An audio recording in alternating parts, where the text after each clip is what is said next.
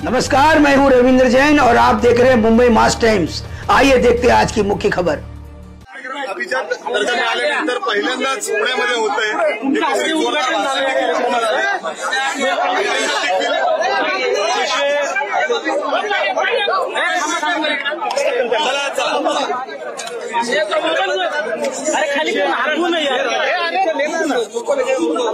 या ठिकाणी पुण्यामध्ये तिसरं विश्व मराठी संमेलन सुरू झालेलं आहे।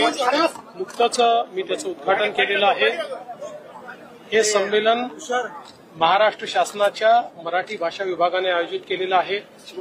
जगभरातनं लोक या संमेलनाकरता आलेले आहेत।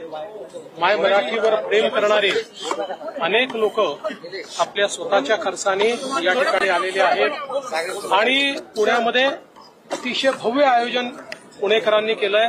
आपण बघितलं असेल, सुंदर अशी ग्रंथदिंडी या ठिकाणी निघालेली आहे। वेगवेगळ्या प्रकारचे उपक्रम अतिशय चांगले आहेत, परिसंवाद आहेत, काव्य संमेलन आहे, चांगल्या चर्चा आहेत। त्यामुळे एक प्रकारची साहित्यिक मेजवानी देखील, विचारांची मेजवानी देखील पुणेकरांना मिळणार आहे। सर्वात आनंदाची गोष्ट आहे की मराठीला अभिजात भाषेचा दर्जा मिळाल्यानंतरचं हे पहिलं संमेलन असल्यामुळे त्या संदर्भात देखील मोठ्या प्रमाणात लोकांमध्ये उत्साह आहे, उत्कंठा आहे आणि मला असं वाटतं की तो उत्साह आपल्या सगळ्यांना पाहायला मिळतो। सर, दिल्लीतील मराठी शाळांमध्ये वादविवाद होणं गरजेचं आहे, व्हायलाच पाहिजे। आपण प्रेम करतो मराठी भाषेवर। असं आहे की वाद विवाद संवाद या सगळ्या गोष्टी चालत असतात, फक्त विसंवाद होऊ नये एवढंच आपल्या सगळ्यांना बघितलं पाहिजे। संवाद सुरू राहायला पाहिजे। सर, तुम्ही पुन्हा